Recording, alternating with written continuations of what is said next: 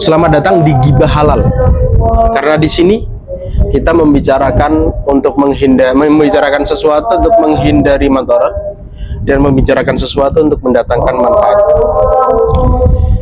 Hari ini yang akan kita bahas adalah pesantren lagi, pondok lagi. Pesantren tempat pencabulan, pondok tempat pencabulan. Gimana Ustaz? Setuju nggak dengan narasi itu? Ya, ini tema yang sangat sensitif diangkat sebenarnya ya. Cuman balik lagi sama perbincangan kita kemarin, Ustaz.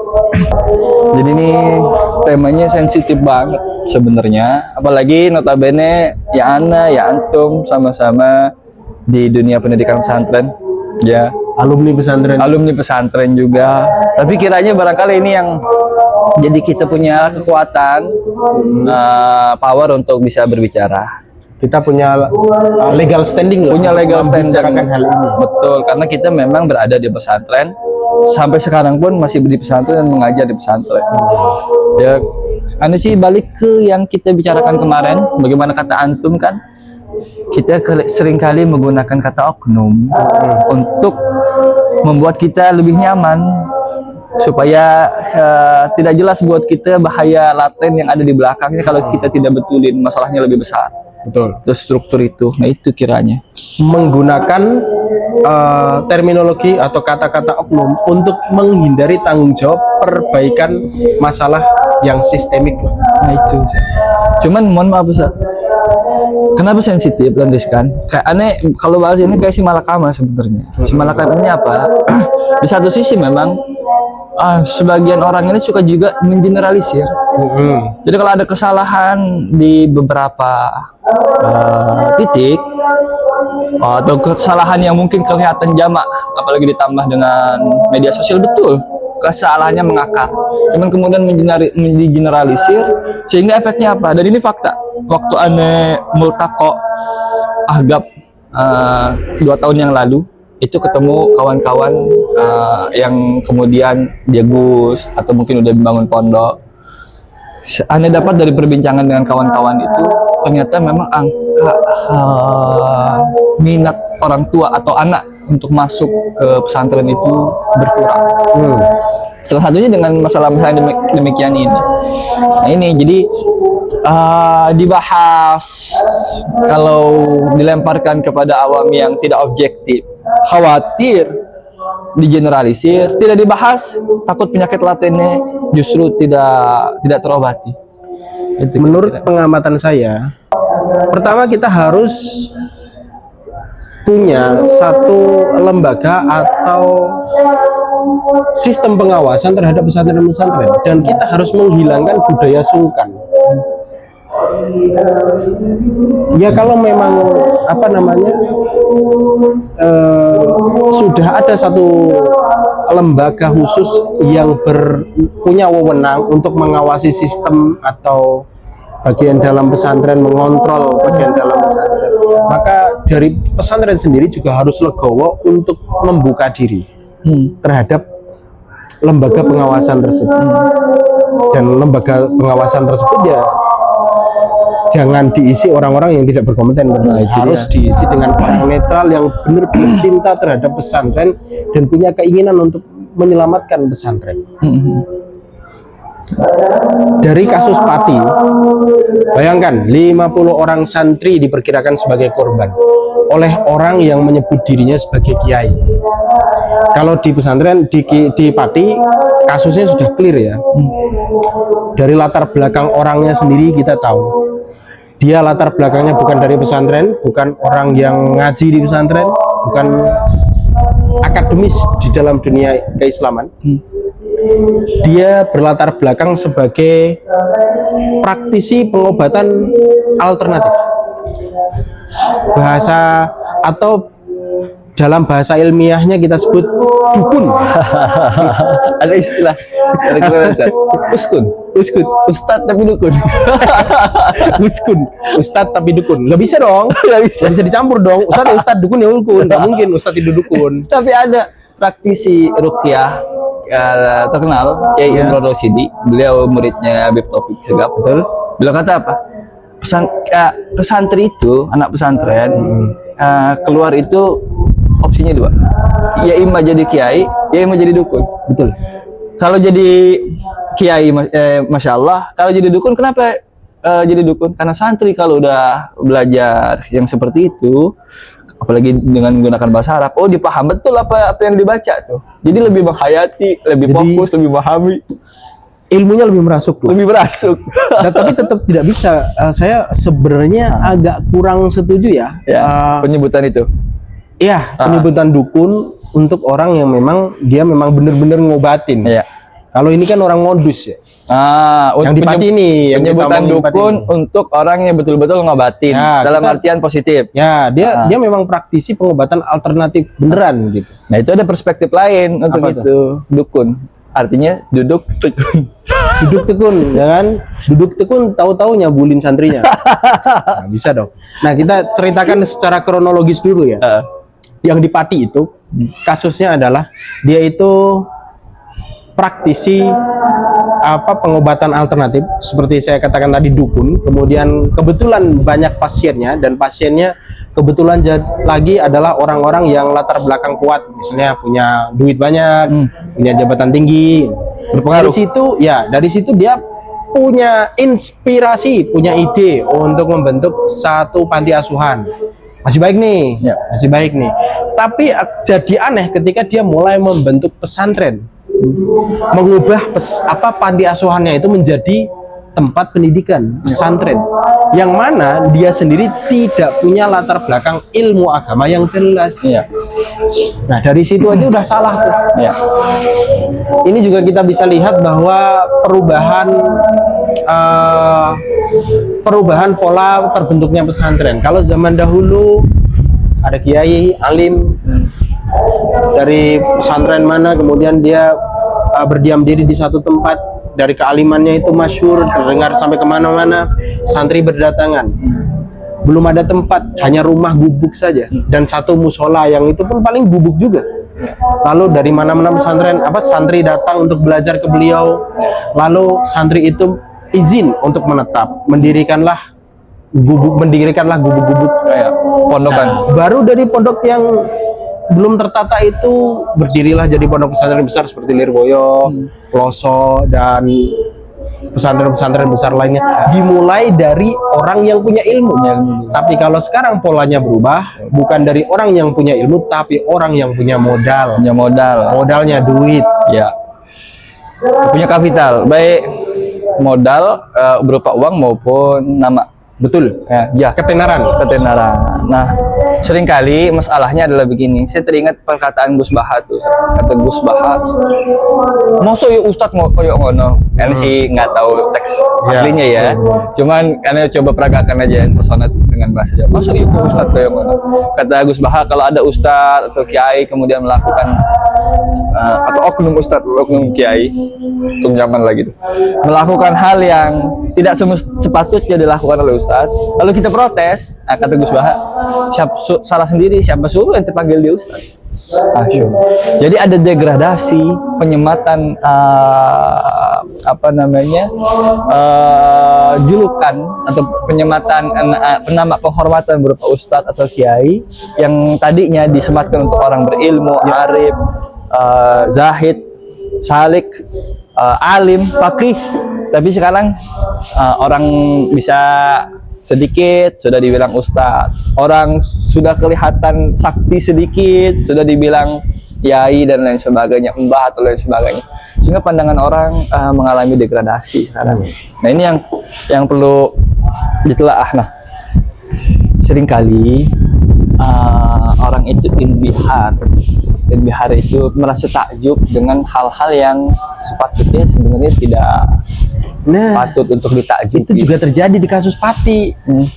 Karena pelaku nih punya kemampuan istimewa, yaitu seperti menebak kapan nih orang mau mati, menebak anak ini kelaminnya lahir mau apa, nanti lahir jam berapa. Kemudian dia punya kemampuan juga tahu permasalahan atau pikiran orang. Kamu tuh problemnya begini pikiranmu, kamu tuh lagi mikirin ini, tahu dia tuh. yang oknum di Pati itu. Karena bagi saya keistimewaan itu terletak pada keistiqomahan dalam ketaatan pada Allah. Mantap. Bukan pada nebak-nebak yang begitu. Nah, Allahumma sholli ala sayyidina Muhammad. Allahumma sholli alaihi. Ana keingat betul perkataan Imam Haddad dalam untayan hikmah beliau dalam kitab hikamnya itu. Beliau katakan la tasbutu ad-da'awi bil aqwal walakin bil af'al wal a'mal atau kama qala. Tidak menjadi fakta kenyataan klaim-klaim kita akan sesuatu dengan ucapan, tapi menjadi tetap klaim-klaim kita tersebut dengan perbuatan dan juga perilaku. Kadangkala orang menuntut bukti yang salah dari klaim seseorang. Contoh orang ngaku wali. Padahal ngaku wali, masyarakat awam kita tuh justru menuntut bukti kewaliannya itu dengan khariqul adah, hal yang di luar kebiasaan. Keajaiban-keajaiban, bisa terbang, bisa nebak ini, bisa nebak itu, kebal apa segala macam, ngobatin orang. Padahal itu bukan ciri seorang wali lah, bukan ciri seorang wali. Anda melenceng sedikit tapi masih ada kaitannya. Ketika Sayyidina Ibrahim alaihissalam kemudian menantang Namrud, yang Namrud katakan sebagaimana Fir'aun katakan ana rabbukumul a'la, saya Tuhan kalian yang paling tinggi, ditantang, apa buktinya engkau, kata Ibrahim alaihissalam, apa buktinya Namrud engkau Tuhan? Jadi ada klaim dari Namrud kalau dia mengaku Tuhan. Ibrahim alaihissalam minta bukti. Minta buktinya apa? Bilang kata bukti ketuhanan. Kalau ngakunya klaimnya Tuhan, mintanya keajaiban Tuhan, itu pantas. Diminta apa? Baik, kalau kamu Tuhan, apa buktimu? Kata Namrud, anak uhyi wa ummi. Saya bisa mematikan, saya bisa menghidupkan, saya juga bisa mematikan. Coba buktikan.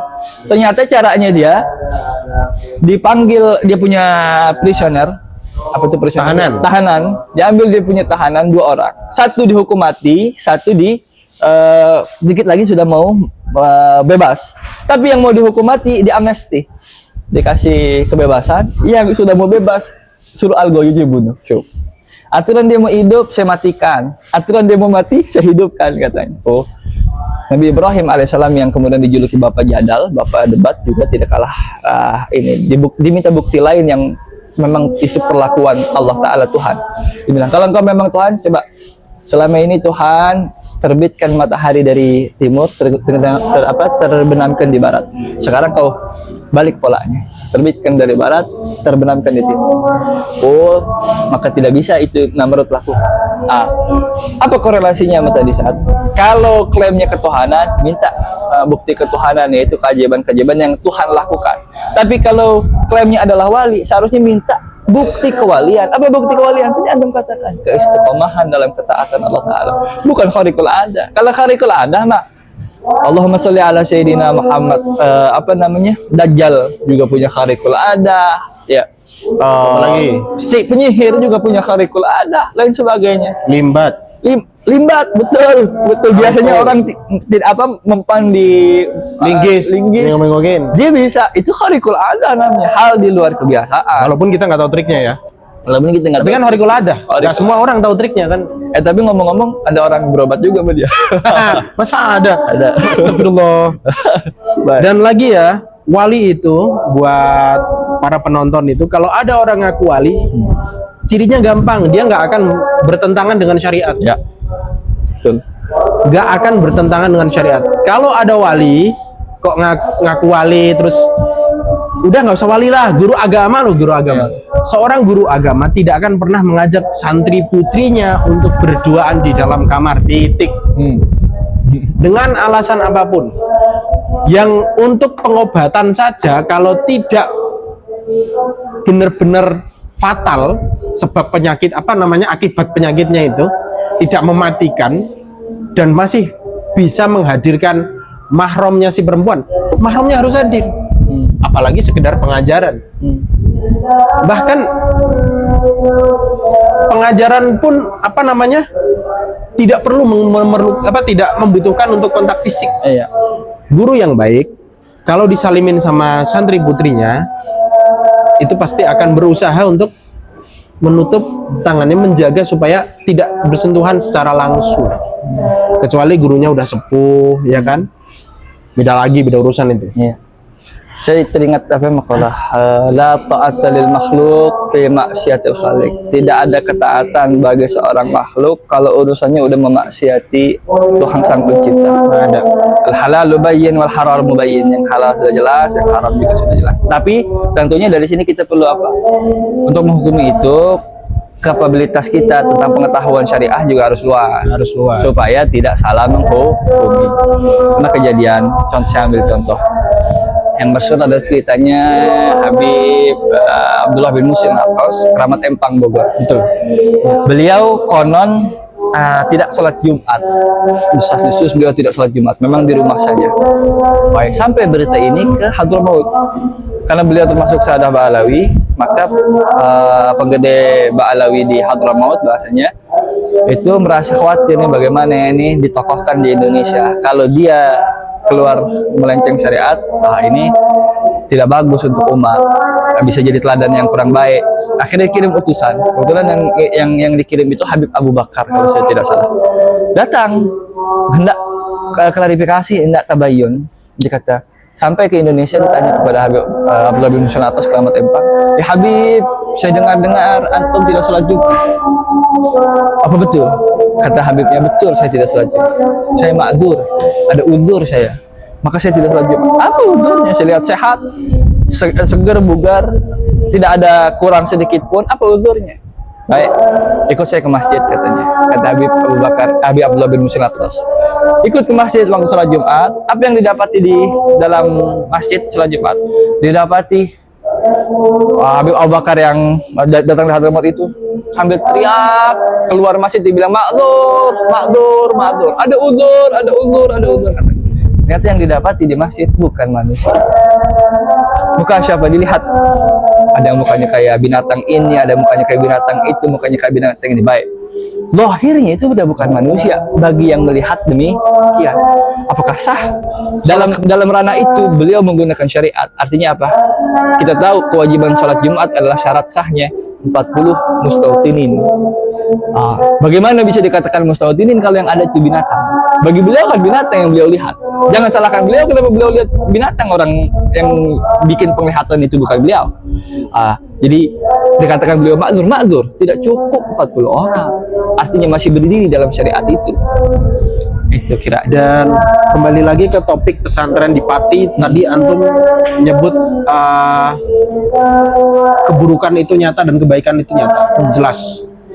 Dan kejadian pesantren di Pati itu justru menunjukkan itu, bahwa orang yang berburuk mau ditutupin kebaikannya macam apapun, mau di framing baik macam apapun, Allah akan tampakkan keburukan itu. Dan tidak akan bercampur. Orang yang buruk, punya tabiat buruk, dicampur dengan kebaikan sesuatu yang dikatakan pesantren, tidak akan bisa bertahan lama. Allah akan bongkar itu. Dan satu lagi yang perlu diketahui, korbannya mayoritas adalah orang awam yang mudah percaya karena tidak punya dasar syariat yang kuat, dan orang lemah, orang rentan. Kebanyakan mayoritas adalah yatim piatu yang akan luluh dengan ancapan nanti kamu dikeluarkan, sedangkan dia backgroundnya adalah yatim piatu, tidak punya power ekonomi, yang tidak punya background ekonomi yang cukup untuk melanjutkan pendidikan dan seterusnya. Dan kaum seperti itu menjadi target empuk untuk orang-orang seperti di Pati ini. Dan lagi untuk wali santri yang masih memondokkan anaknya, cobalah kalian cek, kalian periksa bagaimana background pesantrennya, dari mana dulu lulusan kiainya, lulusan dari mana, sanad keilmuannya bagaimana, terus bagaimana adab dan akhlaknya, bagaimana ibadahnya, itu perlu kalian pastikan. Jika memang nyatanya tidak tidak jelas, tidak apa-apa kok untuk menarik dan memindahkan anaknya ke pesantren yang lebih jelas, yang memang jelas kiainya, sanad keilmuannya kemana, seperti pesantrennya Gus Baha, pesantrennya Lirboyo Poso dan seterusnya, banyak di Sarang juga banyak. Ya. Pondokkan anak-anak Anda di pesantren yang jelas-jelas. Dan kalaupun memang butuh pesantren gratis, banyak. Saya mengajar di sini sekarang pesantren gratis di area Depok. Kalian bisa mengirimkan anak-anaknya ke sini di pesantren Baitul Quran Depok, atau kalau di Jawa Timur ada pesantrennya Kiai Haji Anwar Zahid. Banyak. Kalau Anda semua mau mencari informasi tentang pesantren gratis, dan jangan tertipu dengan oknum-oknum seperti itu lagi. Jangan sampai anak-anak kita jadi korban. Nah ini yang kita jaga juga Ustadz, karena banyak sekarang ini selentingan kita dengarkan juga, dan ini miris juga sebenarnya. Jadi takut mondokin anak nih, aduh saya khawatir mondokin anak, aduh nggak usah dipondokin aja lah, pondok begitu ternyata, pondok begini ternyata, aduh.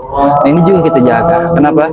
Karena bagaimanapun menuntut ilmu agama secara mutkin, yang itu diimplementasikan dengan kegiatan di pondok, itu kan hukumnya fardu kifayah, dan itu yang seharusnya menjaga moralitas anak generasi bangsa kita ini. Kalau tidak ada pondok dan penyelenggaraan pondok, bagaimana nanti ke depan bangsa kita, ya kan? Maka tadi Allahumma sholli ala sayyidina Muhammad, porosnya sebagaimana kata Imam Ibn Sirin kalau nggak salah, laulal isnad laqala man syaa ma syaa. Kalau tidak karena sanad, orang akan ngomong seenak udelnya. Maka bukan berarti untuk tidak memasukkan anak ke pondok, tapi selektiflah dalam memilih pondok. Lihat siapa gurunya, siapa pengajarnya, bagaimana kurikulumnya, lihat bagaimana track gurunya, dia belajar kepada siapa. Saya juga teringat Allahumma sholli ala sayyidina Muhammad, dengan perkataan saya punya guru Habib Abdullah bin Mahbarun. Beliau kata apa?